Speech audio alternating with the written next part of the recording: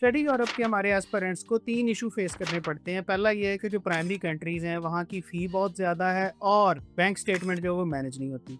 दूसरा ये है कि जहाँ पे फ्री एजुकेशन है, वहाँ पे या तो अपॉइंटमेंट्स नहीं मिलती या ब्लॉक अकाउंट का प्रॉब्लम है। और तीसरा ये है कि सेकेंडरी कंट्रीज़ जो हैं, उनकी यहाँ पे एम्बेसीज़ नहीं हैं, किसी और कंट्री जाके प्रोसेस कराना पड़ता है, जो कि ना सिर्फ हैसलिंग है बल्कि कॉस्टली है। तो एक ऐसा कंट्री स्टैंड आउट करता है जिसके अंदर ना सिर्फ आपको एडमिशन मिलता है बल्कि उसकी एम्बेसी भी पाकिस्तान में मौजूद है और आपको जो अपॉइंटमेंट है वो ड्यूअल वे में दी जाती है। आप भले डायरेक्ट एम्बेसी को ईमेल करके अपॉइंटमेंट ले लें, भले आप वीएफएस के थ्रू ले लें। तो ये बात इंश्योर करती है कि आपको अपॉइंटमेंट भी मिलेगी और वीज़ा प्रोसेसिंग भी आपकी जल्दी होगी। वो जो कंट्री है वो हंगरी है।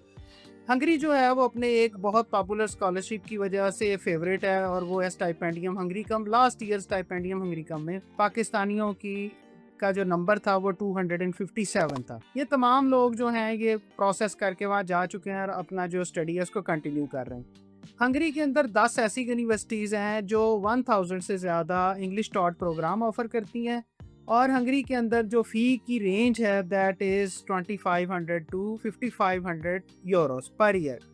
अब एनुअल फ़ी के हिसाब से ये जो है 17 लाख के करीब बनती है और 17 लाख जो है is just an average rather below than average fee. इसके अलावा इसकी जो बैंक स्टेटमेंट है वो हंगरी में आपको रिक्वायर्ड है 7000 यूरो और 7000 यूरो जो है ये पाक रुपीज़ में 25 लाख नहीं बनती। ठीक है जी, इतने आसान कंट्री को ओवरलुक नहीं किया जाता। फिर जो और चीज़ बहुत अच्छी है वो ये है कि इसका जो वीज़ा डिसीजन है वो 3 से 6 हफ्ते के अंदर आ जाता है और 95% वीज़ा रेशो है। यूरोप के हिसाब से ये हाईएस्ट वीज़ा रेशो है। हंगरी को यूरोप का गेटवे इसलिए कहा जाता है कि हंगरी को जो है वो ऑस्ट्रिया और रोमानिया के साथ बॉर्डरिंग है और हंगरी ना सिर्फ यूरोपियन यूनियन बल्कि हंगरी जो है वो शेंजन का पार्ट भी है। तो आपके लिए वहाँ पे ट्रैवल करना, मूव अराउंड करना बहुत आसान है।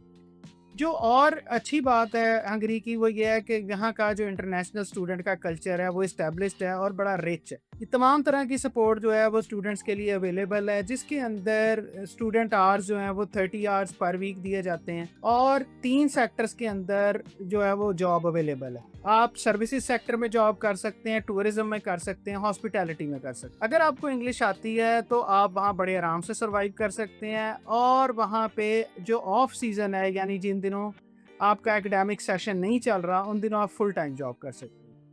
हंगरी जो है वो पीआर के लिए भी लोगों को इनकरेज करता है। इसके लिए आपको हंगेरियन लैंग्वेज का A2 जो है वो क्लियर करना होता है, उसके बाद आप पीआर के लिए क्वालिफाई कर जाते हैं। हंगरी 1 साल का PSW देता है। इस दौरान अगर आपको जॉब मिल जाती है तो आपका जो वीज़ा है वो स्टूडेंट वीज़ा से वर्क वीज़ा में स्विच हो जाता है। बहुत सारी और फैसिलिटीज़ ऐसी हैं जिसकी वजह से हंगरी जो है वो आपके लिए एक बहुत अच्छी ऑप्शन बन सकती है। अराउंड द ईयर टूरिज्म है तो आपको जॉब मिल जाती है। इसके अलावा आपको वहाँ पे और बहुत सारी इंटरनेशनल ऑर्गेनाइजेशन वहाँ पे आ रही हैं तो आपको वहाँ पे अपना कैरियर बनाने का ऑप्शन भी मिल जाता है। इन सारी चीज़ों के साथ मैं ये समझता हूँ कि हंगरी को ओवरलुक करना जो है वो एक स्मार्ट मूव नहीं होगा। तो I wish you best of luck.